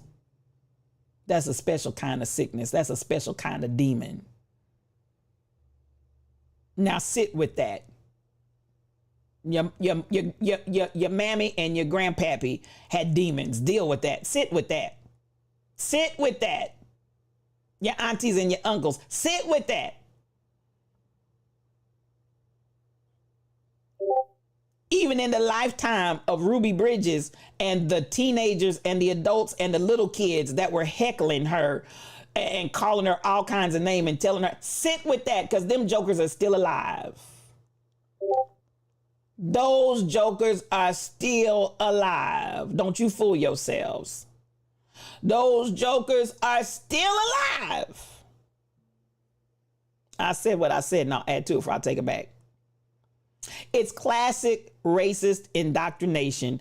And then, as my sister SK8843 always says, then the souvenirs are cutting off the body parts. That's racist porn. But you are sick. You are sick. You are really sick.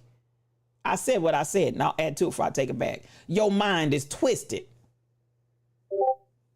Your heart, Magua's heart, the Last of the Mohicans, that's my movie, one of my movies I love. Magua's heart is twisted.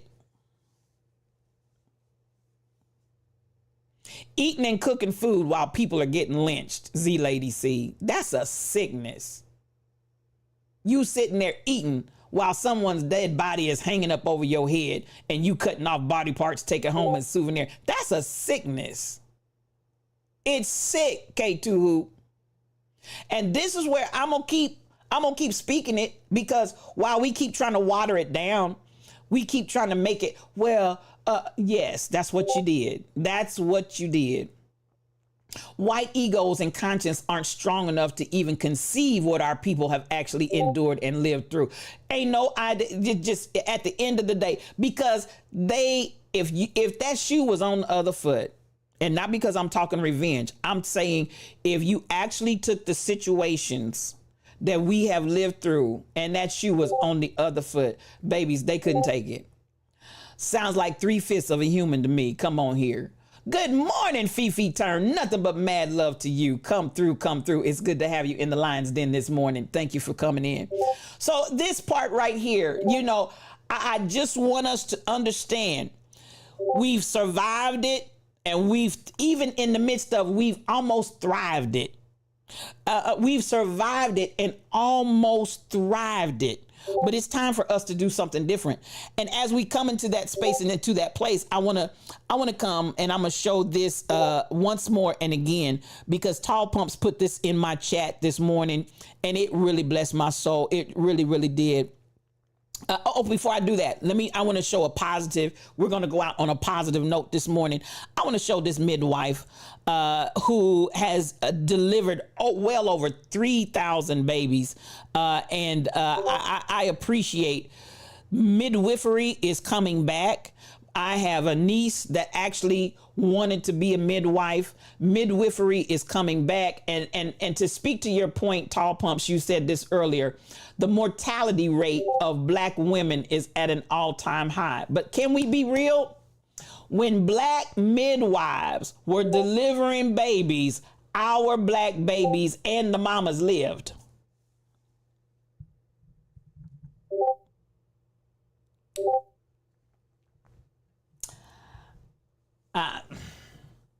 You got a client that's a midwife. Come through. Midwifery is on its way back. I'm going to say it once more and again for the people in the back.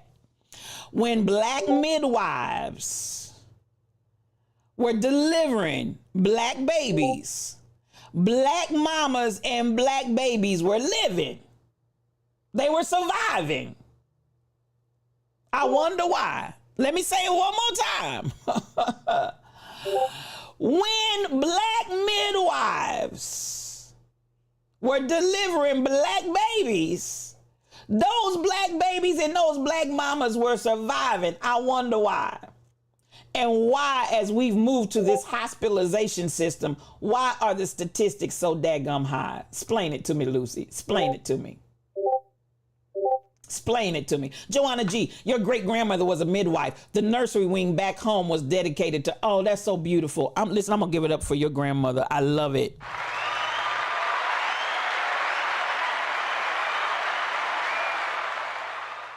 Long live black midwives, SK 8843.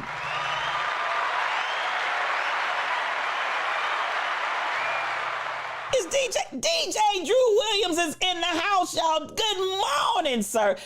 Listen, that stream was great. DJ Drew Williams is a streamer, you all. If you're not following DJ Drew Williams, quick, just quit him. I promise you, he's going to bless your whole life. Good morning, sir. Good morning to you, and thank you for coming in. With that being said, I'm going to ask every streamer in here, please, please, please put your time the next time that you're going to quit him, My Lock Journey. Put your times in so that we can follow you. We're going to show these last 2 videos, and we're going to get up out of here. We're headed over to Rebel's house, and we're going to have a good time this morning. Now, listen, I want to share this. I want to put this in so that we can actually begin to think about maybe we need to encourage some of these young people to go into midwifery so our babies can stop ending up dead.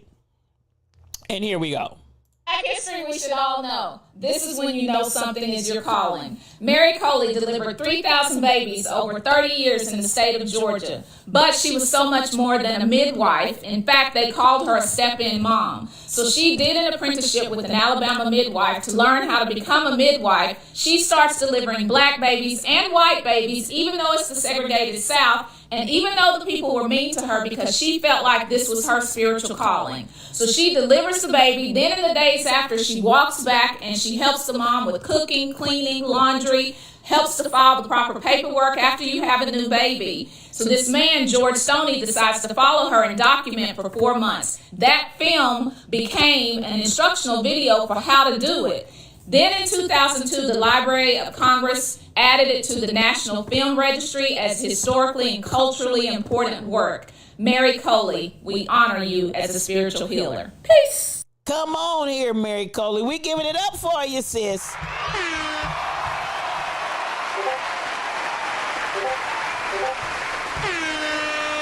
love it. I love it. In some way or another, I got to get my hands on that. I got to get my hands on that because I do too, My Lock Journey. I absolutely, positively love it. I love it. I love it. I love it. More of that, please.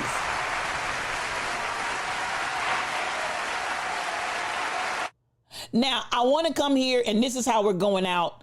I told y'all Tall Pumps blessed me this morning, and I'm going to say to you all, as we're in this transitional period, I don't know how many of you actually watched Larry Reed or not, but Larry had a video. Tall Pumps, thank you for those roaring biddies. I appreciate you, sis. We're building something. Please believe it. We are Big T Deep Mom. Thank you for those roaring biddies. We're building something. I promise you, we absolutely are. And I love it. I love it. I love it.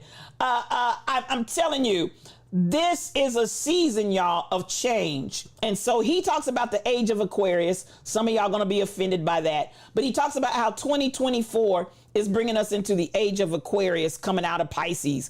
And y'all know the fish is often symbolized for Christianity and so on and so forth. He has a whole thing that he does on that. I'm not trying to reteach that. I'm not trying to promote that or whatever the case may be from that standpoint. I do feel like, baby.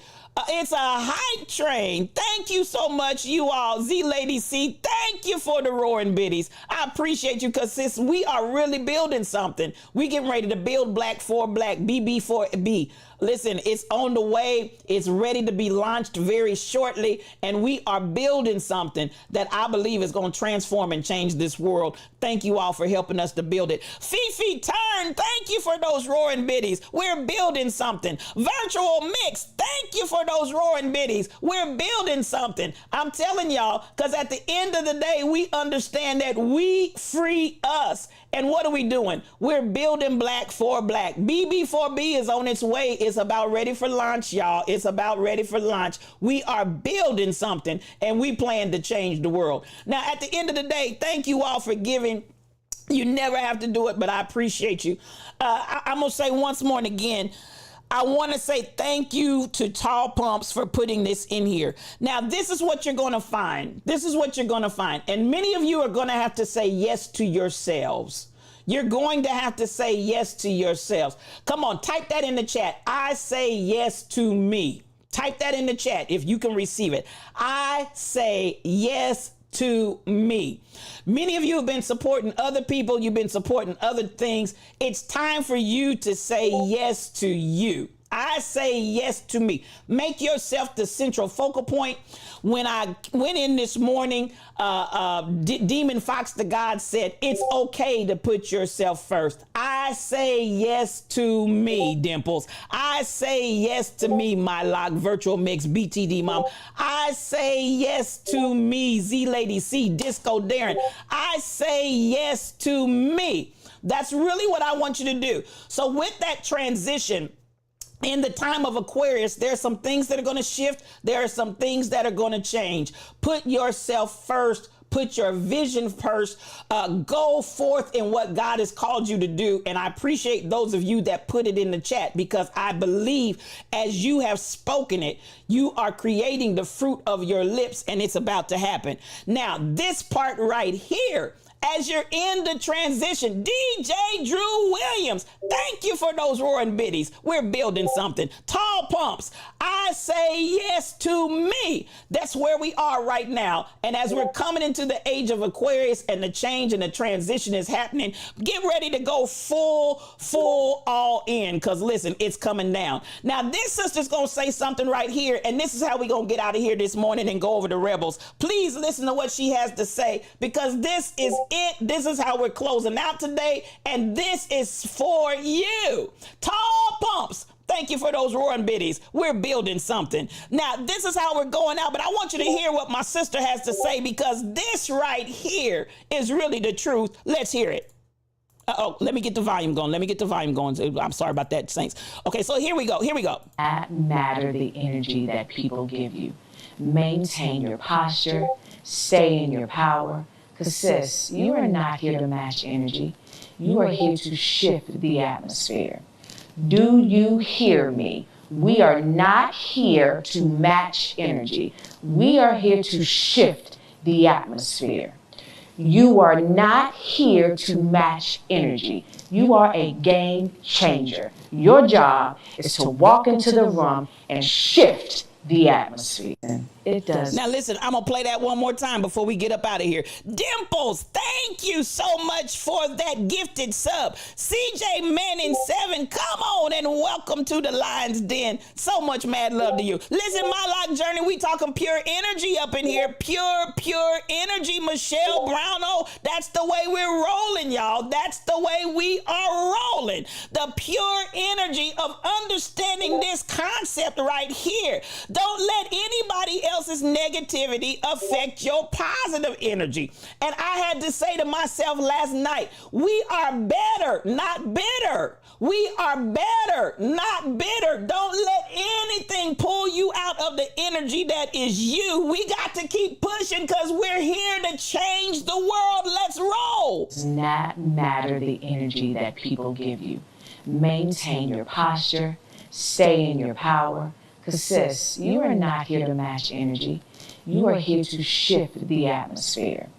Do you hear me? We are not here to match energy. We are here to shift the atmosphere. You are not here to match energy. You are a game changer. Your job is to walk into the room and shift the atmosphere. And that's the way we're going out today, y'all. That hype train is still running. I appreciate you. Dr. Dady Priest, you are here because you are a game changer. Do you understand the words coming out of my mouth? You are an atmosphere shifter, Michelle Brownell. Do you understand the words coming out of my mouth? You absolutely positively are. You are a game changer. Don't let anybody or anything pull you out of that. Do you and do you well. Listen, it's your time. It's your season. Please believe it. Don't walk away from the assignment. You can do this. What did I say? When the ray of light left the sun, it had all the energy that it needed to travel all the way through space. When it left the sun, it had all the energy it needed to travel through space, through the past, through the present, through to the future. That's the way we do it in the Lion's Den. And that's how we know my life journey won't be this way always. Thank you for that awesome hype train. You never have to do it, but I appreciate you. I love y'all. I really do. Boss energy, Tall Pumps. Boss energy.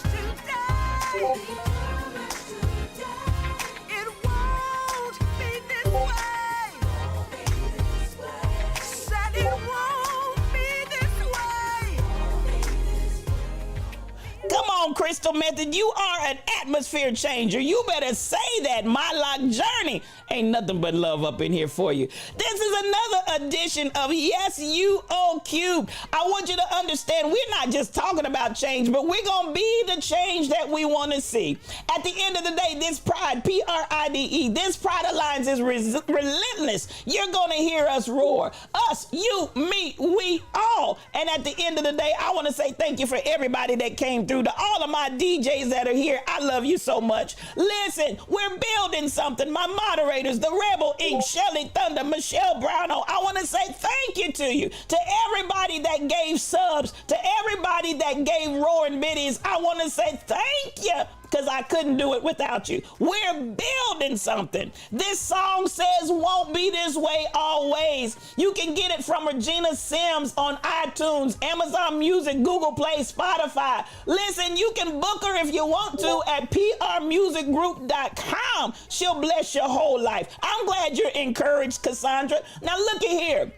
My corporate sponsor, David Ryan Charity, where our theme is love on purpose. Thank you so much for sponsoring the stream. We love you. Now come go with us. We're headed to Rebel's house. Come go with us and we will do you good. At the end of the day, as my moderators say, have an amazing day on purpose. Do what you love what you do. And listen, love, light, and liberation. Peace for your journey.